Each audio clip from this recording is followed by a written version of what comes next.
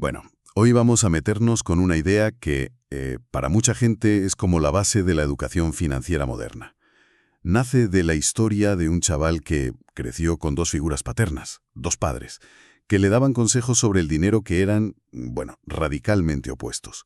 Uno era su padre biológico, un académico brillante que le decía lo de siempre: estudia, saca buenas notas, búscate un trabajo seguro. El otro, el padre de su mejor amigo, que apenas terminó la secundaria, le enseñaba algo, pues, totalmente distinto. Para este análisis nos vamos a basar en algunos fragmentos clave del libro de Robert J. Kiyosaki, Padre rico, padre pobre. Y ojo, que el subtítulo ya te lo dice todo. ¿Qué les enseñan los ricos a sus hijos acerca del dinero? Que las clases media y pobre no. Efectivamente. Y nuestra misión hoy, no es dar una guía para hacerse rico de la noche a la mañana, ni mucho menos. Se trata más bien de diseccionar las ideas de fondo que presenta Kiyosaki. Es un choque de mentalidades en toda regla. Vamos a explorar los cimientos de esa educación financiera que, según él, desafían por completo lo que nos han enseñado toda la vida sobre el trabajo, el dinero y la riqueza. ¿De acuerdo? Pues vamos a ello. Empecemos por ese contraste, que es muy bestia. Por un lado, tenemos al padre pobre. Es su padre biológico, un hombre con un doctorado que llegó a ser superintendente de educación de Hawái. O sea, una persona que sobre el papel es el epítome del éxito, vamos. Totalmente. Sin embargo, el libro insiste mucho en que, a pesar de tener un buen salario, siempre vivió con dificultades económicas. Y en la otra esquina, el padre rico, el padre de su amigo Mike. Un hombre que, fíjate, dejó la escuela a los 13 años. La sociedad de la época lo podría haber tachado de fracasado, ¿no? Pero este hombre acabó construyendo un imperio y se convirtió en uno de los más ricos del estado. Y Kiyosaki creció justo en medio de esas dos filosofías. A veces las escuchaba en la misma cena. Y es en las frases que repetía cada uno donde se ve el abismo que había entre ellos. El padre pobre, el académico, decía: el amor al dinero es la raíz de todos los males. Una frase casi bíblica, ¿sí? Pues el padre rico, el empresario, le daba la vuelta por completo. Decía: la falta de dinero es la raíz de todos los males. Son dos mundos. Y esto se veía en todo.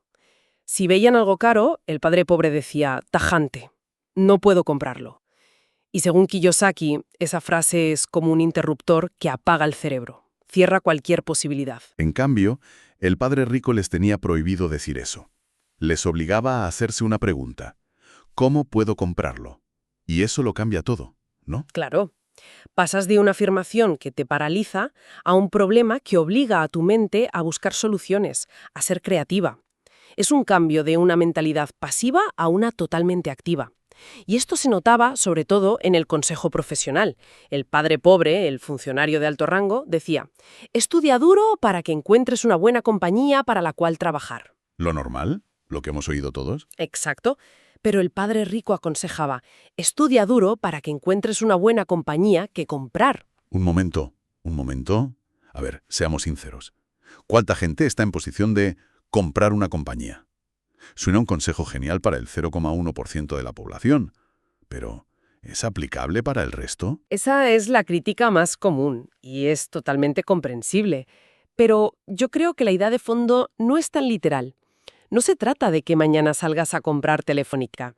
Se trata de la mentalidad, de pensar como un dueño en lugar de como un empleado. Vale. Es la diferencia entre buscar seguridad en un sueldo o buscar libertad a través de la propiedad. Y la propiedad puede ser un pequeño negocio, unas acciones, un piso que alquilas. Ya, ser dueño de algo que te genera ingresos por pequeño que sea. Exacto. Entiendo el matiz. No es la escala sino el principio. Uno busca ser una pieza más del engranaje y el otro busca ser dueño de todo el engranaje. Y la reflexión del autor es que son estas ideas repetidas una y otra vez las que moldean tu realidad. No era una cuestión de quién ganaba más al principio, sino de hacia dónde enfocaban su pensamiento. Totalmente. Y eso nos lleva directos a la primera gran lección que aprendió, que se resume en una frase muy provocadora: los ricos no trabajan por dinero. La historia de cómo llega a esa conclusión es buenísima. Sí, la historia de las monedas de plomo. A mí lo que me fascina de esa anécdota no es la idea en sí, que es una locura, sino lo que revela de la mentalidad. Empieza porque Kiyosaki y su amigo Mike, con solo 9 años, se sienten excluidos en el cole. Estaban rodeados de niños ricos, claro. Y no les invitaban a sus casas en la playa porque eran los niños pobres. Así que deciden hacer dinero, literalmente. La iniciativa que tienen es alucinante para esa edad. Leen en un libro que los tubos de pasta de dientes de entonces eran de plomo, así que se lían a recoger tubos usados por todo el barrio, los derriten en una barbacoa y vierten el plomo en moldes de yeso para hacer sus propias monedas. Monedas de 5 centavos. Obviamente el plan dura poco. Su padre los pilla y les tiene que explicar lo que es la falsificación y por qué, bueno, es un pelín ilegal. Pero aquí viene lo increíble. En lugar de castigarlos, su padre, el padre pobre, les dice: «Estoy muy orgulloso de ustedes. La mayoría solo habla de hacerse rica. Ustedes han hecho algo».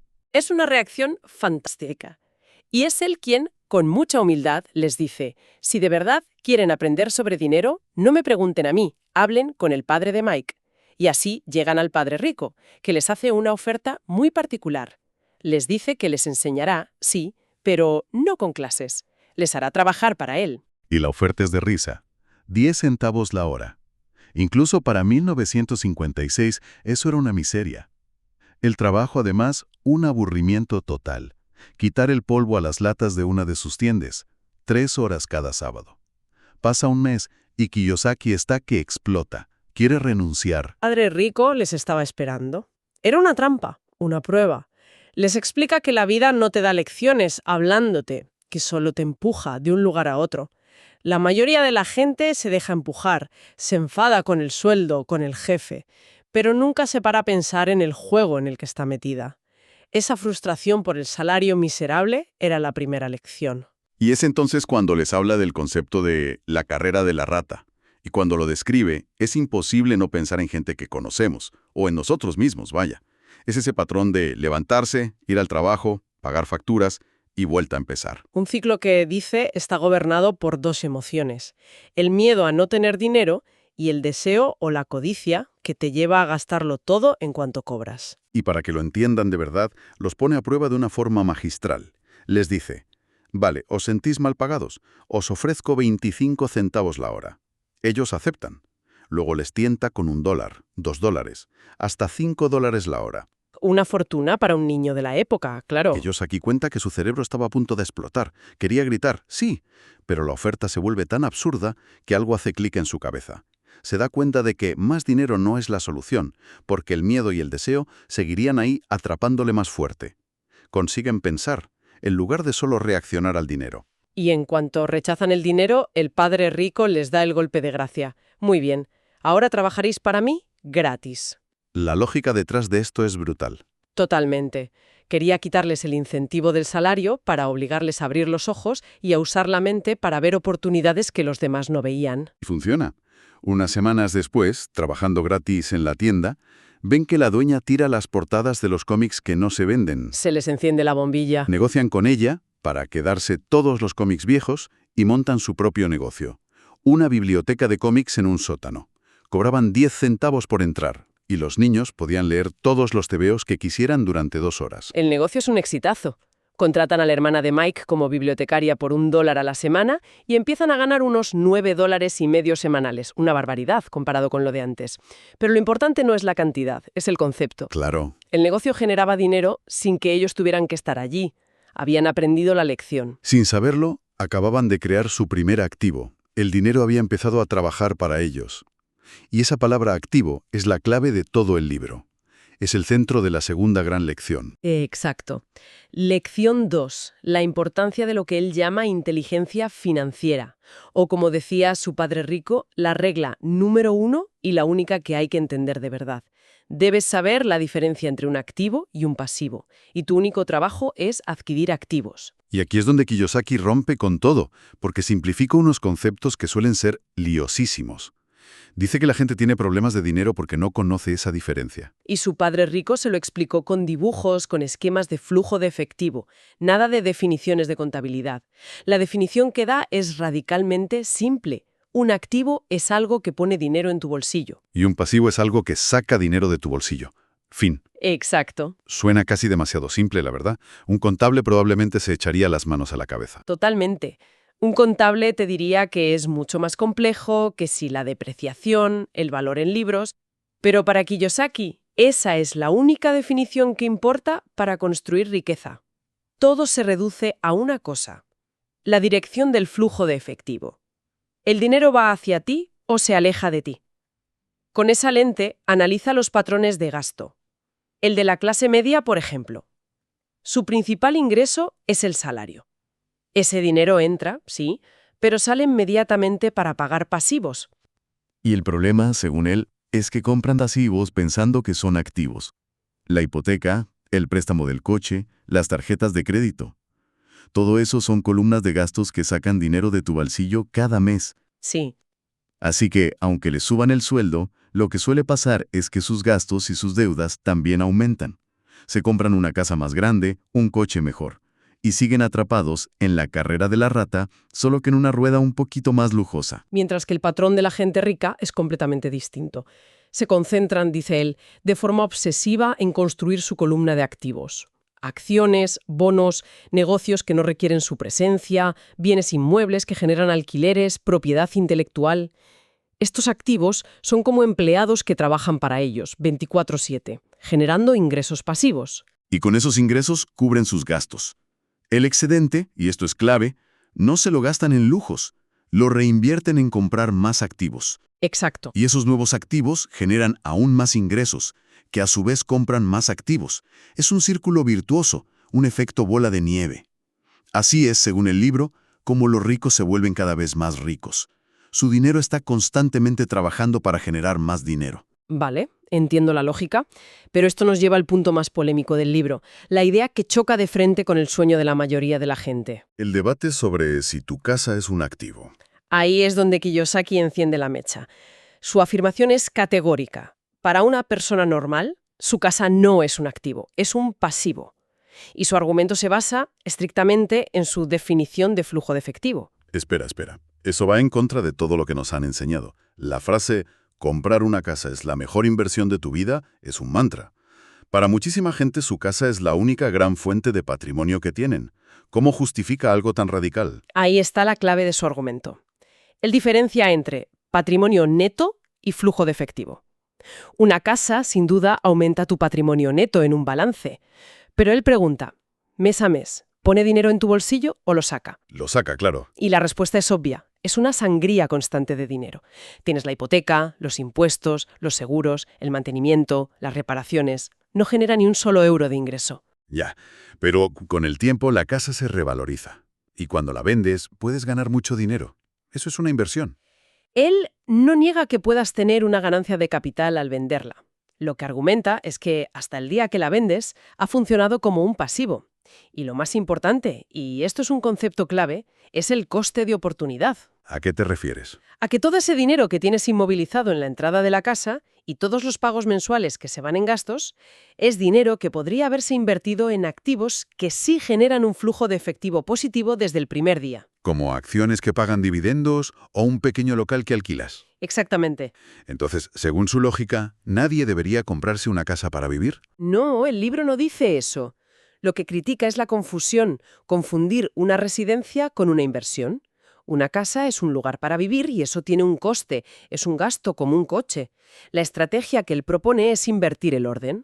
¿Cómo? En lugar de trabajar años para ahorrar y comprarte una casa, que es un pasivo, primero céntrate en construir tu columna de activos. Y cuando el flujo de efectivo que generan esos activos sea lo bastante grande como para cubrir la hipoteca y los gastos de la casa de tus sueños, entonces la compras. Ah, ya veo. De esa manera, son tus activos los que pagan por tu pasivo. Tu dinero trabaja para darte un techo, en lugar de que tú trabajes toda la vida para pagar ese techo. Es un cambio de paradigma total, ¿no? Sí.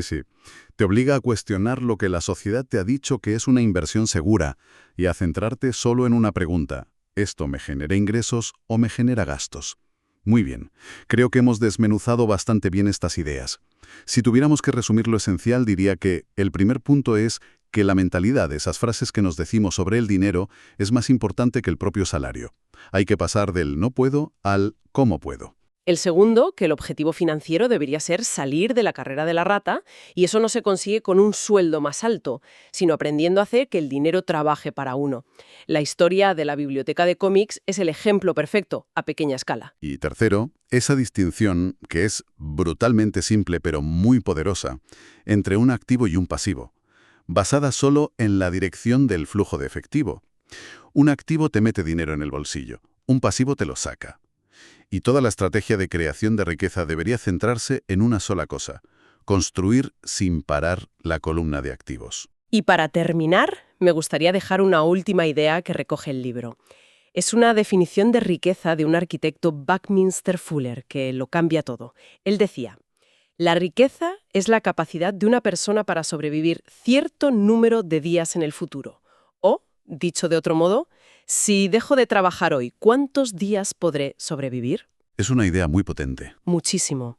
Porque desplaza el foco por completo.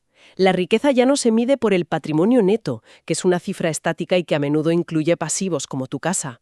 Se mide en unidades de tiempo. Mide la verdadera libertad financiera. Claro. No se trata de cuánto dinero tienes, sino de cuánto tiempo puedes mantener tu estilo de vida sin necesidad de vender tus horas por un salario. Y esa pregunta, ¿cuántos días podría sobrevivir mi yo actual sin trabajar?, es un ejercicio de introspección financiera que creo todos deberíamos hacernos. Te da una imagen mucho más real de tu verdadera situación económica.